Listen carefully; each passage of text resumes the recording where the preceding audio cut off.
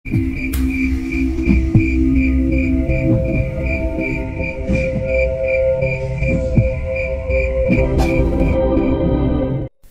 itu bersuara melihat ke arah Desta yang sepertinya tak suka melihatnya. Macan putih membalas bersuara. Percakapan binatang yang tak Desta pahami. Intinya, kera itu menanyakan siapa mereka, dan macan itu menjawabnya, Desta adalah tamu sekaligus penolongnya. Mereka diizinkan masuk oleh kera itu. Guanya sangat besar, mungkin 5 kali dari tingginya kera itu. Sedangkan kera itu bisa 4 kali lipatnya tingginya manusia dewasa. Desta membayangkan, di dalam gua pasti suasananya gelap dan tak nyaman. Lagi-lagi, perkiraan Desta salah. Di dalam gua sangat menakjubkan. Sebuah jembatan yang besar terbuat dari batu, dan di seberang jembatan terdapat padang rumput yang agak kering, tetapi enak sekali dipandang. Sekeliling tidak terlihat jelas, hanya terdengar deru air terjatuh, seperti air terjun. Dari arah depan yang tak terlihat jelas, terdapat bangunan yang menyilaukan. Lebih dekat Desta melihatnya, sungguh hal yang tak bisa dipercaya. Selama Desta menjelajah ke alam gaib, dia tak pernah menemukan yang semenakjubkan itu. Sekali lagi, hayalan Desta mengkhianati. Namanya saja hewan. Meski hewan gaib sekalipun, Desta pikir kerajaan hewan itu hanya berupa tumpukan batu, dan begitulah sederhananya. Namun yang Desta lihat adalah bangunan yang bahkan lebih modern dari dunia manusia. Sebuah istana yang berkilauan emas, kuning kemerahan bercampur silver. Di belakang istana itu terdapat air terjun. Kekaguman Desta tak sampai di situ saja. Di daratan yang luas itu ternyata dikelilingi jurang, yang di bawahnya adalah air. Sekeliling adalah air terjun. Jadi seperti pulau yang berada di atas air. Pemandangan yang sungguh luar biasa. Mereka tepat berada di pintu gerbang istana yang sangat megah. Pintu tersebut tidak tertutup, sudah terbuka lebar. Di dalamnya begitu banyak makhluk yang menyerupai berbagai macam hewan yang sedang melakukan aktivitasnya, bercengkrama dan berisiknya hewan-hewan kecil berlarian. Ada pula yang berjalan layaknya manusia, dan juga ada yang asli seperti hewan pada umumnya. Seperti halnya aktivitas manusia, mereka juga berdagang. Melihat kedatangan kami, perhatian mereka tertuju ke arah kami lalu menghentikan aktivitas mereka. Pandangan mereka mengarah sepenuhnya ke arah Mbah Basil. Jalanan yang ramai menjadi sunyi, dan semuanya menyingkir membukakan jalan untuk mereka. Siapa mereka? Apakah itu manusia? Wow, sosok itu sangat gagah. Mungkin yang bilang gagah itu hewan betina yang mengarah ke Mbah Basil tuh. Bah, benarkah ini istana siluman? Kata Desta. Ya, begitulah nak, jawab Mbah Basil. Wah, hebat sekali ya Mbah, ucap Desta sambil memandang sekeliling. Sesaat setelah kami berjalan, ada beberapa sosok hewan yang berdiri menyambut kami. Selamat datang di kawasan yang mulia Adiwangsa. Mari kami antar menemui beliau, kata salah satu sosok yang mirip serigala. Kami memasuki ruangan istana, yang di dalamnya terdapat berbagai sosok binatang yang lebih baik dan kuat dibandingkan di luar. Terlihat berbeda dan lebih punya wibawa. Di ujung ruangan, sosok berbulu putih tebal dengan mahkotanya yang berkilauan. Sang singa putih duduk di singgasananya. Raja itu menyadari kedatangan kami. Singa putih itu tiba-tiba menghampiri kami. Balas Mbah Basil menyambutnya. Di dalam istana tanpa bicara apapun, singa putih dan Mbah Basil tiba-tiba berduel, dan tak ada yang berani mencegah duel mereka. Seluruh makhluk yang berada di dalam istana menyingkir, takut terkena dampak dari pertarungan mereka. Seluruh ruangan menjadi porak-poranda. Rasa khawatirku mulai terasa. Mbah Basil sangat jarang sekali seserius itu bertarung, bahkan hingga berubah ke wujud sejatinya. Aku mulai takut. Segala kemungkinan bisa saja terjadi. Biar. Raungan kedua raja hutan dan suara serangan masing-masing berbenturan. Seluruh ruangan menjadi hancur berantakan. Dua sosok singa itu bertempur tak pedulikan sekelilingnya. Namun ada yang aneh dengan raut wajah mereka. Meski aku tak bisa membedakan, tapi aku yakin mereka terlihat tersenyum. Sesaat kemudian pertarungan mereka berhenti. Basil, kau masih tangguh seperti dulu. Apa kabar sahabatku? Kata Raja Adiwangsa. Aku kira kau sudah mampus Adiwangsa. Ratusan tahun tak melihatmu, kau sembunyi di sini rupanya. Balas Mbah Basil, yang kemudian menghampiri sahabatnya dan berjabat tangan tertawa puas bersama. Mereka berdua tak menghiraukan kami, seakan pertemuan mereka jauh lebih penting dari apapun. Wujud Mbah Basil berubah menjadi tegap berdiri, masih berwujud singa, namun berdiri layaknya manusia. Begitu pula Raja Adiwangsa. Mereka adalah tipe makhluk yang sama, hanya berbeda warna bulunya. Mbah Basil coklat emas dan Raja Adiwangsa putih. Oh ya temanku, aku bersama cucuku. Kemarilah nak, Mbah Basil mengatakan setelah dia tersadar bahwa Desta bersamanya dan memperkenalkan aku pada Raja Adiwangsa. Oh, kau masih menjaga keturunanmu hingga sekarang, Basil? Kata Raja Adiwangsa. Iya Mbah, salam Raja Adiwangsa, kata Desta. Basil ini seperti saudaraku, jadi panggil juga aku Mbah. Jawab Raja Adiwangsa dengan suaranya yang menggelegar. Baik Mbah Adiwangsa, jawab Desta. Bagus, baiklah, ayo keluar. Aku kenalkan kepada rakyatku. Raja Adiwangsa mengajak kami ke puncak istananya. Raja Adiwangsa adalah teman Mbah Basil di masa lalu. Mereka sama-sama pertapa yang moksa dan menjelma menjadi singa gaib. Banyak pertarungan dan pengalaman yang mereka jalani, namun akhirnya mereka berpisah. Siapa sangka setelah beberapa lama berlalu, mereka berdua dipertemukan kembali. Sementara itu, di atas puncak istana Adiwangsa, pemandangan seluruh istana terlihat. Lebih jelas istana Adiwangsa dikelilingi oleh air terjun. Dengarkan rakyatku. Suara menggelegar Raja Adiwangsa menggema keseluruhan pelosok pulau. Seluruh pengikut Raja Adiwangsa berbondong-bondong mendekat. Lihatlah, di sampingku adalah saudaraku dan cucunya. Kalian harus menghormati mereka. Ucap Raja Adiwangsa disusul sorakan dari para pengikutnya. Dahulu kala, ketika Mbah Basil dan Raja Adiwangsa masih muda ratusan tahun lalu, mereka adalah saudara perguruan yang belajar ilmu bersama. Mereka berdua selalu berlomba untuk naik ke puncak kesaktian, hingga di mana Mbah Basil harus berhenti untuk mengejar tingkat yang lebih tinggi lagi, yang kemudian berkeluarga. Sedangkan Raja Adiwangsa tak memperdulikan urusan duniawi dan terus memperdalam kesaktiannya hingga menjelma menjadi singa putih. Namun ternyata Mbah Basil tak berhenti begitu saja. Ketika anaknya cukup dewasa, Mbah Basil menyusul Raja Adiwangsa dan sama-sama menjelma menjadi singa gaib. Ratusan tahun mereka menjaga wilayah mereka dari segala bencana. Pernah juga mereka menjadi bagian dari kerajaan yang kuat, hingga mereka terpisah karena sudah memiliki tujuan yang berbeda. Mbah Basil melindungi anak dan cucunya selama mungkin, dan Raja Adiwangsa berpindah-pindah tempat untuk mencari kesaktian yang lebih lagi. Setelah itu, Desta menjadi lebih dekat dengan Raja Adiwangsa. Raja Adiwangsa ternyata sangat baik dan wibawanya tak kalah dari Mbah Basil.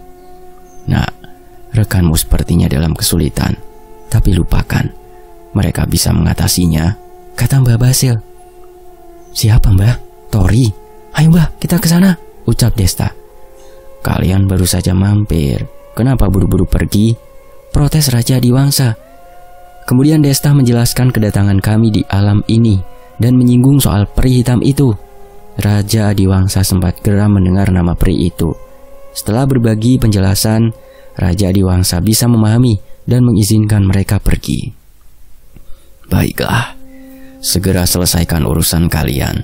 Aku tidak bisa ikut kalian, tetapi aku Raja Adiwangsa akan membantu kalian jika ada masalah di wilayah Samarantu itu. Belum saatnya aku keluar, masih ada pekerjaan yang harus aku selesaikan. Kalian pergilah, kita akan bertemu lagi, ucap Raja Adiwangsa. Akhirnya Desta dan Mbah Basil meninggalkan kerajaan Adiwangsa. Mbah Basil berubah ke bentuk semula selayaknya singa pada umumnya. Kepergian kami diiringi oleh bermacam-macam makhluk. Sangat berisik. Mereka mengatakan apa yang tak jelas dimengerti. Hingga sampai di mulut gua, Babasil lari dengan kecepatan tinggi dan aku berada di atas punggungnya. Sesaat kemudian, kami bertembus kumpulan pasukan. Entah pasukan dari mana. Wujud mereka seperti manusia, namun wujud yang berbeda, bertanduk, bertaring, berekor, dan lain sebagainya. Sungguh pasukan yang banyak. Pasukan itu tidak menyadari kami. Untuk mencegah terjadinya hal yang membahayakan, Babasil memilih memutari pasukan itu dan mencari jalan yang aman. Sesaat kemudian, kami tiba di sebuah perkampungan. Kampung yang terkesan kuno dan jadul. Semuanya rata-rata terbuat dari kayu dan bambu. Kami mendekati sebuah pos jaga, seperti cangkruk atau pos zaman dahulu, seperti tempat untuk jaga ronda. Di situ ada 4-5 prajurit yang memakai pakaian Jawa, memakai celana berbahan sarung, tapi hanya sampai lutut, seperti tokoh ketoprak Jawa. "Siapa kalian?" tanya salah seorang prajurit memakai bahasa Jawa. "Kami nyasar. Siapa pimpinan di sini? Bolehkah kami menemuinya?" ucap Desta. "Oh begitu, monggo, mari saya antarkan," kata prajurit itu membalas ramah. Kami mengikuti prajurit itu dan tiba di rumah yang sederhana, terbuat dari kayu. "Permisi Den Mas, ini ada tamu," kata prajurit itu. Sesaat kemudian seseorang membukakan pintu. "Oh, silahkan masuk," kata Den Mas Seno. Kemudian kami masuk ke rumahnya. Di dalam ada 4 penjaga yang lumayan terlihat kuat daripada yang di luar. "Saya permisi dulu Den Mas," kata prajurit yang mengantar kami. Kami perkenalkan diri, begitu pula Den Mas Seno. Babasil merasakan bahwa Tori pernah mampir ke desa ini. Dan Mas Seno pun juga mengatakan bahwa sebelumnya ada seseorang manusia yang pernah mampir, tapi dia tak tahu, hanya dengar dari prajuritnya. Saat itu Den Mas Seno sedang melakukan patroli rutin. Dia dengar manusia itu pergi dengan ayahnya ke kerajaan Andaru. Kami berbincang sejenak dan meminta Mbah Basil untuk segera menyusul Tori. Namun Mbah Basil merasakan bahwa Tori tidak lagi dalam bahaya. Mbah Basil bisa merasakan keadaan mereka yang memakai cincin pemberian Mbah Basil sebelumnya. Dengan memakai cincin tersebut, Mbah Basil bisa merasakan jiwa mereka. Setelah panjang lebar obrolan mereka dengan Den Mas Seno, terjadi kegaduhan di luar.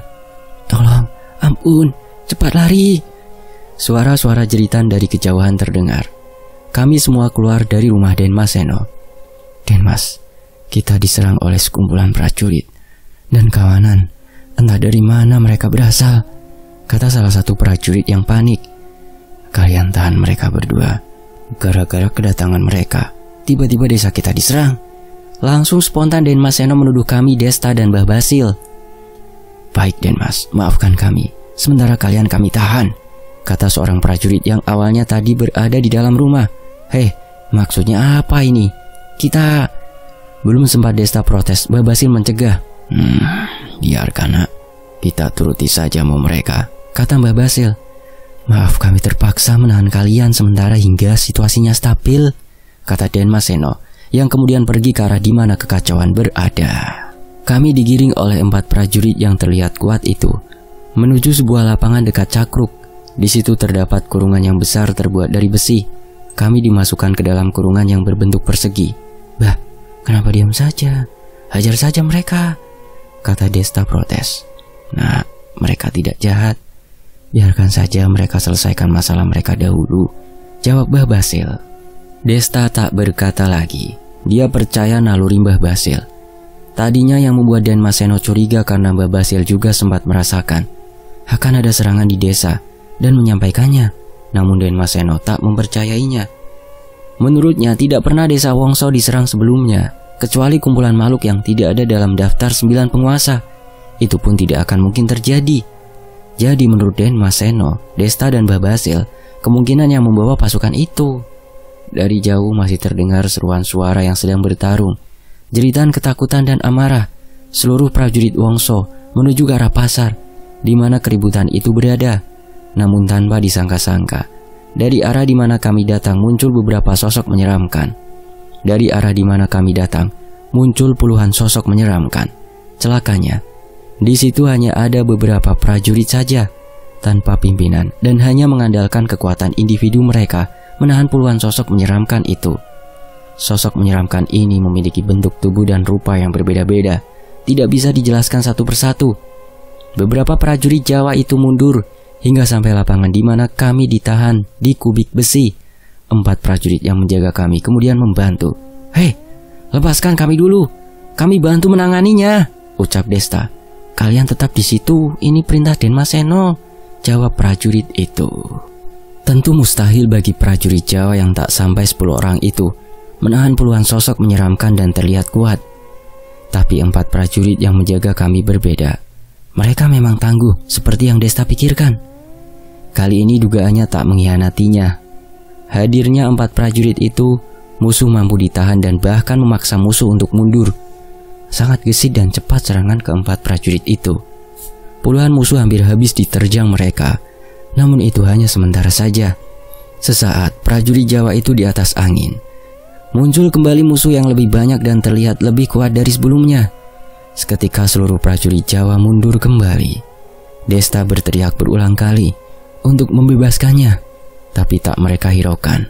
"Bah, jebol pintu besi ini, Mbah," perintah Desta. Clang, jedang. Auman Mbah Basil menjebol pintu besi itu. Dengan cakarnya, besi tersebut bagaikan kertas. Meskipun Mbah Basil itu memang kakek buyut Desta, dia tetaplah jin pendampingnya. Ketika Desta berkata, Mbah Basil tak pernah bisa menolak perintah.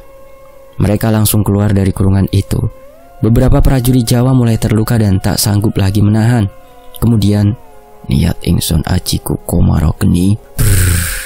Sebuah mantra Desta teriakan. Kedua lengannya perlahan menyalakan api. Kobaran api menyelimuti lengannya, seperti sarung tangan yang terbuat dari api yang berkobar. Jedar, beliar.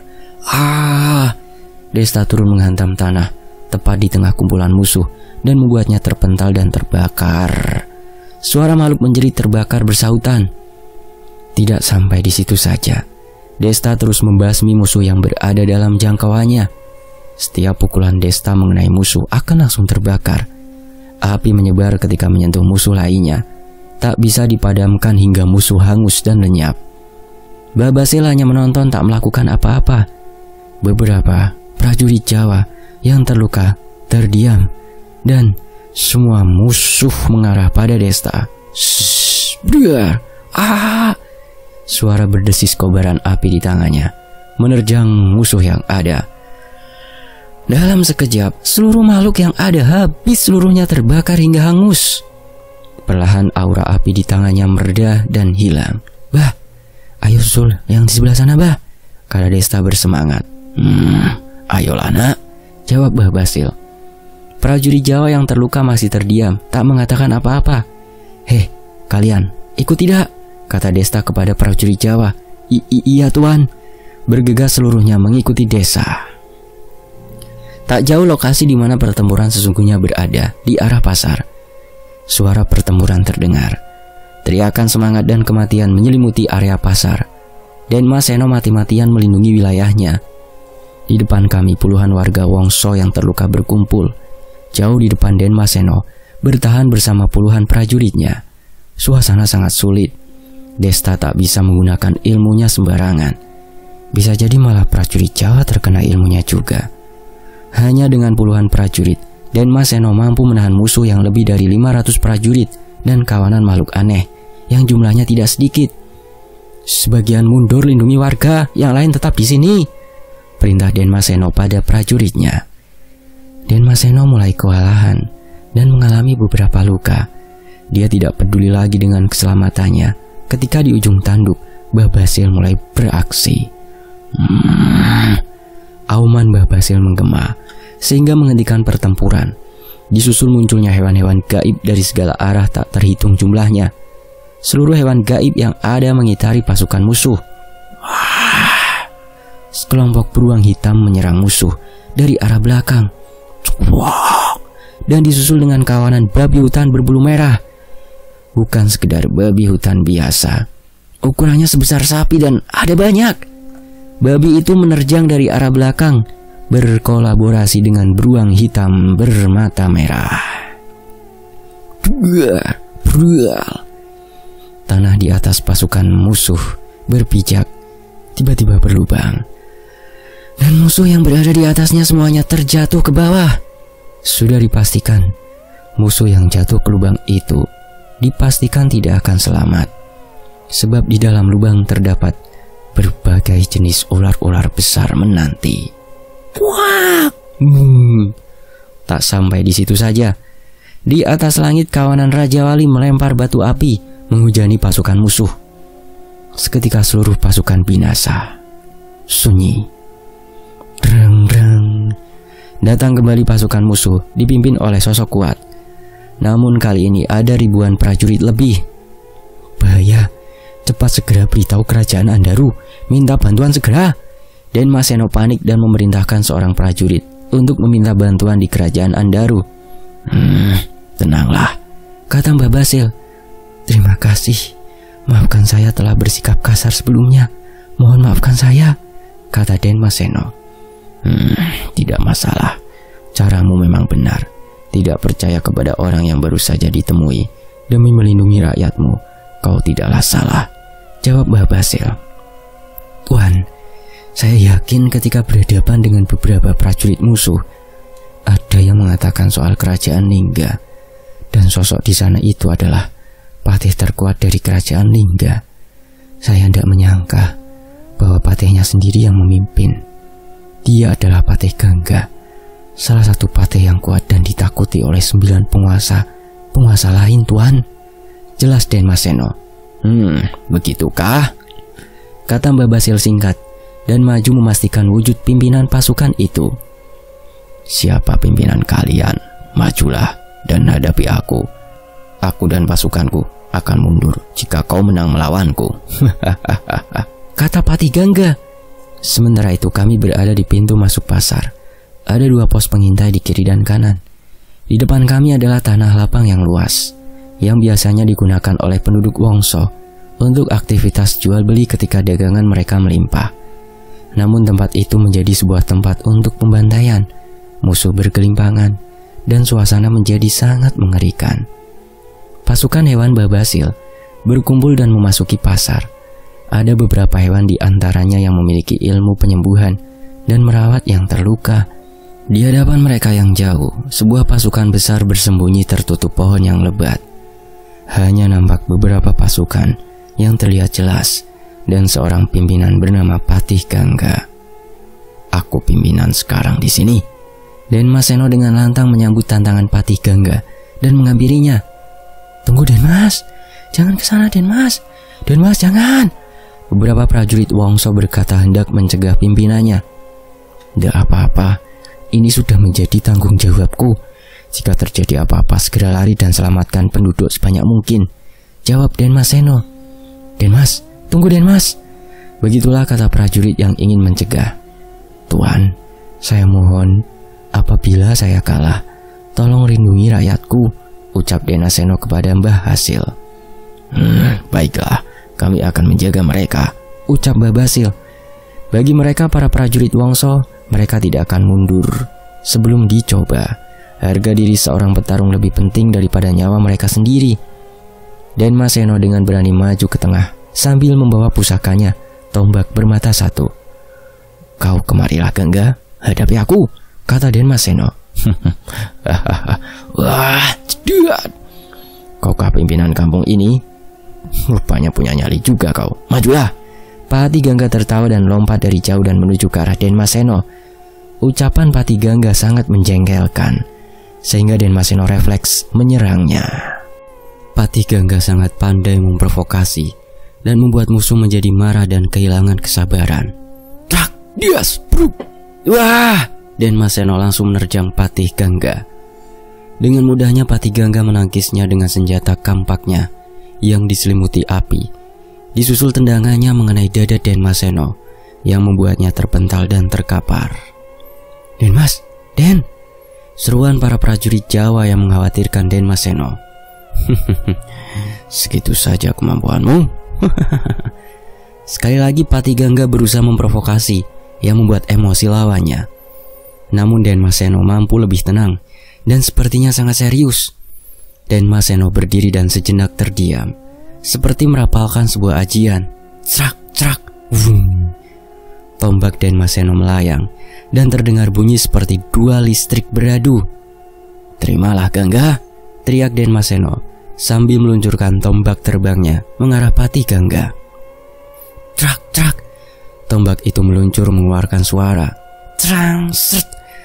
Patih Gangga menahan dengan kapak apinya dan terdorong mundur sebelum dirinya membentur pasukannya. "Wah!" Jeblum, teriak Patih Gangga dan terdengar dia menghentakkan tanah. Di sekelilingnya berterbangan debu, dedaunan, ranting, dan bahkan pohon berjatuhan di area sekitarnya. Bukan itu saja, tombak Den Mas Seno juga terpental mengarah kepadanya. Cak, cak, cedak, bro. Tombak Den Mas Seno terpental mengenai dirinya, berguling kemudian terkapar. Wush, hening. Suara angin berembus di area pertempuran. Sementara itu Patih Gangga tampak powerful. Tubuhnya yang berotot hitam seperti baja. Armornya berwarna emas menyala. Dua tanduk merah di kepalanya serta tatapannya yang tajam terlihat tangguh dan mengerikan. Munculnya taring di antara mulutnya. Perlahan Patih Gangga mendekati Den Mas Seno. Mengecewakan. Tawanya yang meremehkan ikuti sorakan prajuritnya. Den Mas Seno hendak berdiri namun tak mampu sambil menahan lukanya. Patih Gangga sudah berada tepat di depannya. Akan aku akhiri. Patih Gangga mengangkat tinggi senjatanya yang berkobar mengarah ke Den Mas Seno. Den Mas Seno tidak bisa mengelak. Lukanya cukup serius. Inikah akhir hidupnya? Sorakan cemas prajurit menyebut Den Mas Seno berselingan dengan semangat pasukan Patih Gangga. Tamatlah kau. Wung, jedar. Suara ayunan kapak menghantam targetnya. Sorakan kesedihan para prajurit Den Mas Seno semakin ramai. Tak terlihat apa yang terjadi dengan Den Mas Seno. Debu menutupi pandangan. "Bah, apakah Mas Seno selamat?" ucap Desta. Bah Basil tak menjawab. Ternyata dia tidak ada di samping Desta. Saat debu mulai sirna, terlihat sosok tegap berdiri menangkis serangan kapak api hanya dengan dua jarinya. Seketika Patih Gangga mundur beberapa langkah. "Kau Raja Adiwangsa, kenapa kau ikut campur?" Tunggu, siapa kau?" kata Patih Gangga yang salah menerka. "Hentikan pertarungan ini dan mundurlah bersama pasukanmu," balas Mbah Basil yang dalam wujud sejatinya. "Siapa kau ini? Hah?" Patih Gangga merasa diremehkan dan langsung menyerang dengan senjata yang semakin berkobar. Cedung, cediar. Auman Mbah Basil menggelegar.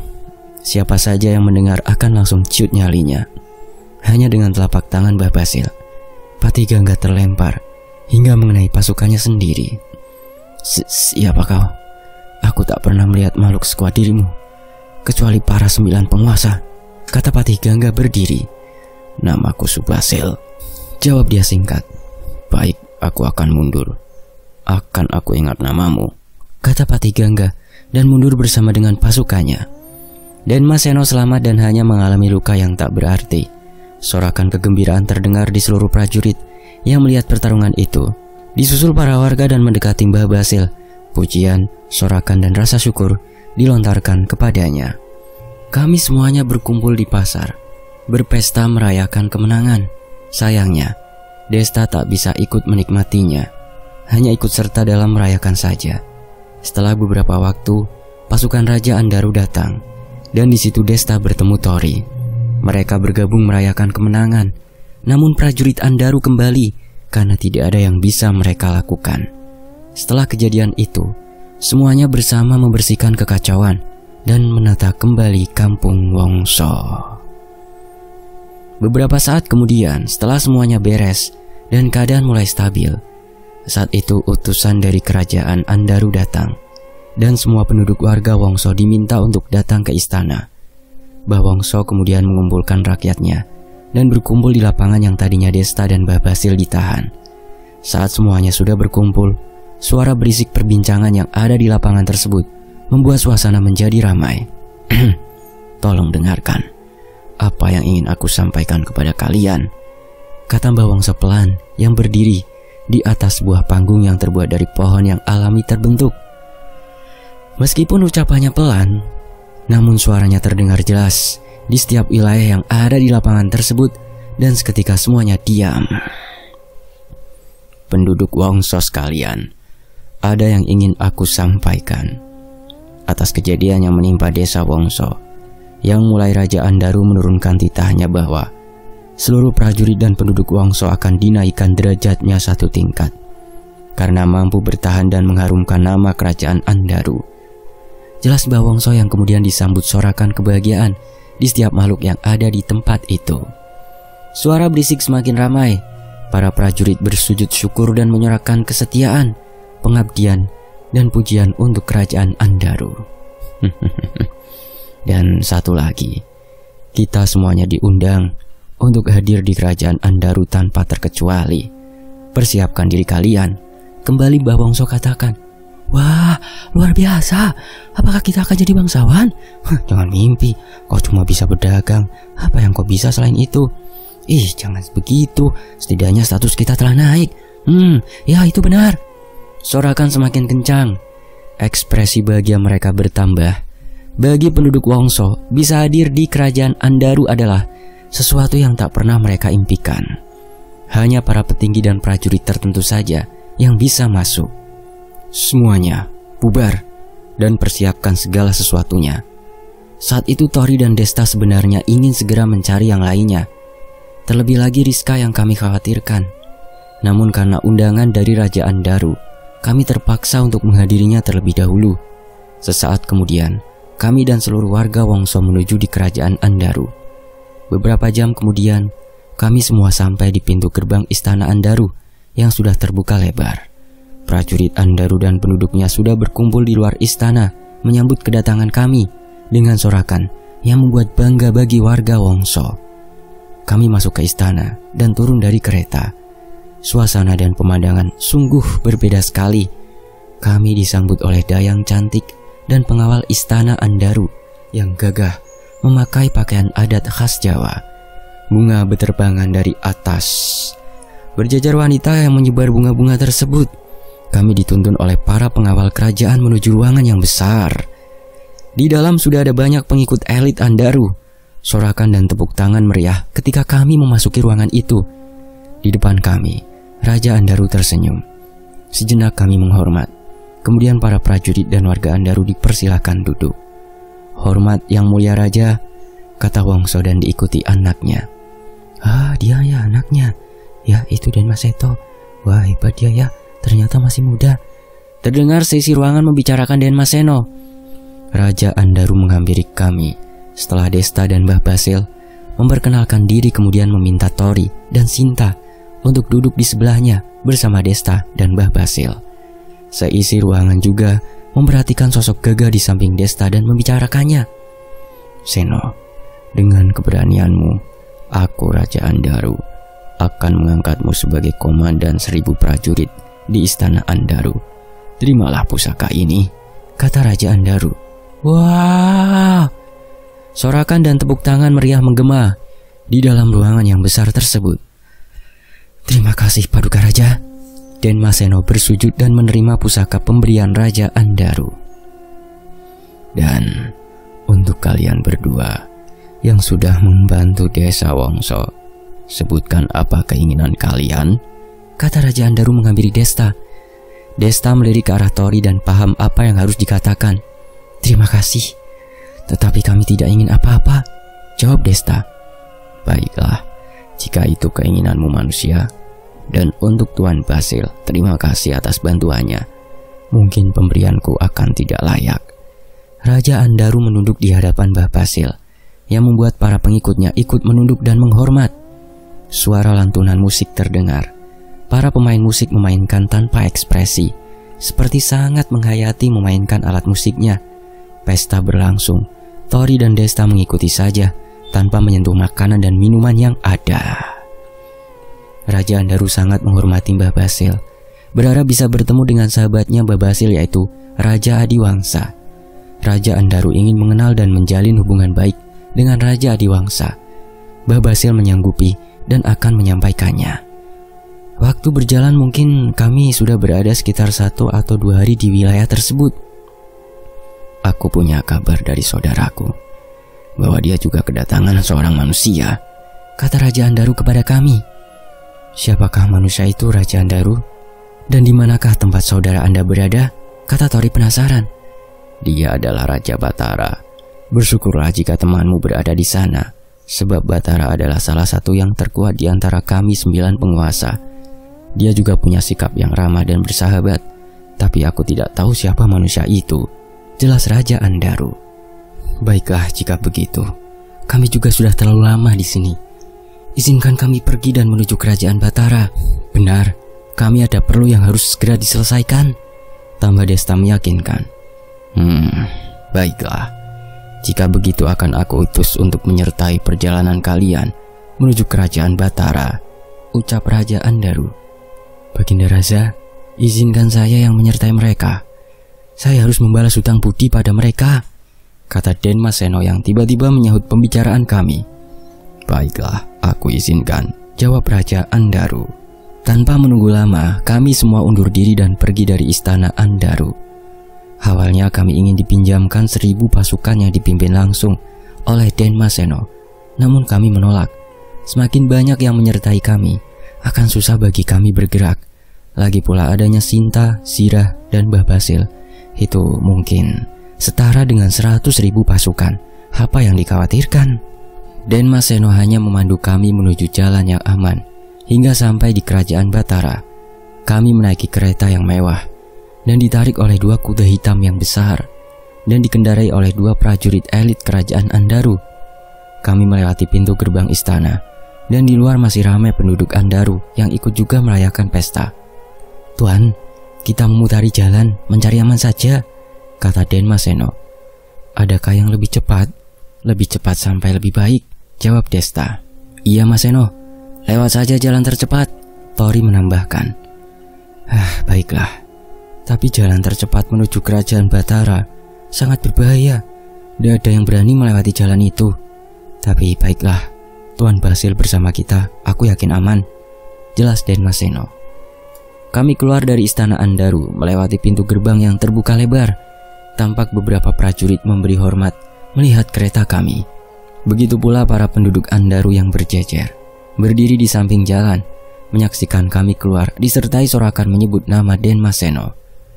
Mas Seno menjadi populer sekarang ya, hehehe, kata Desta. Ya begitulah Tuan. Penduduk Andaru akan terus membicarakan sosok yang mereka anggap pahlawan.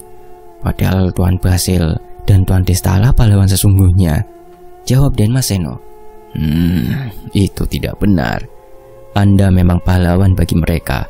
Sebelum aku ikut campur, kalianlah yang berjuang dan mampu bertahan, jelas Mbah Basil. Benar itu Mas Seno. Kami kan hanyalah membantu bagian dari akhirnya saja, tambah Desta meyakinkan. Kalian sangat rendah hati. Terima kasih Tuan, balas Den Mas Seno. Sepertinya aksi kalian luar biasa sekali. Sayang ya aku terlambat menyaksikan, kata Tori yang tiba-tiba menyahut. Benar Tuan Tori, mereka sangat luar biasa dan, jawab Den Mas Seno menjelaskan semua yang dia lihat. Sambil mendengarkan Den Mas Seno menceritakan aksi-aksi hebat Desta dan Mbah Basil, kami melewati gapura. Ada beberapa prajurit yang menunduk hormat melihat kereta kami melewatinya. Di balik gapura bukan lagi wilayah yang aman, meski masih bagian dari wilayah Andaru, tetapi masih banyak makhluk penghuni lain yang bukan bagian dari Andaru. Kereta yang kami naiki sangatlah halus, seperti tak terasa. Menaiki kereta, hanya terdengar derap dan ringkihan kuda yang berlari. Tanah kering yang dilewati terlihat debu beterbangan dilewati oleh kereta. Suasana tak terasa siang ataupun malam, sunyi, tanpa ada suara binatang. Hanya langkah kaki kuda dan suara Den Mas Seno yang tak henti-hentinya menceritakan aksi mereka di desa Wongso. Sinta yang sedari tadi diam dengan tenang menyenderkan kepalanya di bahuku sambil memeluk tanganku erat-erat. Aku meliriknya dan tersenyum. Sinta pun membalas senyuman hangat dan penuh cinta terpancar di bola matanya yang indah. Senyuman yang akan membuat lelaki manapun jatuh cinta memandangnya. Kereta kuda kami melaju cepat dan kami sudah berada jauh dari istana Andaru. Jalanan masih terlihat sunyi dan sepi. Pohon-pohon berdiri kokoh di samping kiri dan kanan jalan. Menurut pengakuan bawahan saya, Tuan Desta memiliki ilmu sambaran api dan menghanguskan seluruh pasukan musuh. Jika saya boleh tahu Tuan, ilmu apakah itu? Kata Den Mas Seno. Oh, itu ajian yang diajarkan oleh Mbah Basil, Mas Seno. Sangat sulit bagiku menguasainya, jawab Desta. Saya yakin jika itu Tuan Basil yang mengajarkannya. Namun Tuan Desta sangat berbakat, masih muda dan mampu menguasai ilmu yang maha dahsyat itu, kata Den Mas Seno memuji. Apanya yang berbakat Den Mas Seno? Aku baru mampu menguasainya 1 tahun yang lalu, dan bahkan belum seutuhnya sempurna. Dimulai dari umurku 9 tahun, ya kurang lebih 20 tahun di dunia manusia baru aku mampu memahami dan mengamalkan ajian itu, jawab Desta menjelaskan. Benar yang dikatakan Den Mas Seno, nak. Kamu memang berbakat di atas rata-rata dan sangat cepat menguasainya. Butuh waktu minimal 60 tahun bagi manusia berbakat untuk menguasai ilmu itu, nak. Mbah Basil menambahkan. Hah, 60 tahun? Kata Desta terkejut. Menurut informasi yang menyebar, Raja Batara juga memiliki ilmu mirip seperti Tuan Desta. Dan katanya dulu Raja Batara bertapa ratusan tahun untuk mempelajari ilmu itu, kata Den Mas Seno. Tak bisa dibandingkan dengan manusia. Manusia memang berumur pendek, tetapi lebih cepat mempelajari ilmu-ilmu semacam itu. Lagi pula ilmu itu banyak jenisnya, dan berbeda pula cara menguasainya. Mbah Basil menerangkan. Ya itu benar Tuan Basil, jawab Den Mas Seno. Mereka saling berbincang dan memberikan masukan. Tak lama kemudian, kereta mulai melambat dan berhenti. Den Mas Seno, sepertinya dari arah depan ada sesuatu yang menghadang. Bagaimana Den Mas? Kata salah satu pengendali kuda. Tuan, bagaimana ini? Kita akan lanjut apa putar balik? Kita tidak akan tahu bahaya apa yang menghadang. Saya khawatir Tuan Basil tak mampu melindungi kita. Ada lagi jalan tercepat. Kita hanya perlu putar balik, tak jauh dari sini, kata Den Mas Seno. Baiklah, kita putar balik saja. Lebih baik menghindari masalah yang merepotkan, kata Tori dengan santainya. Desta menyetujuinya.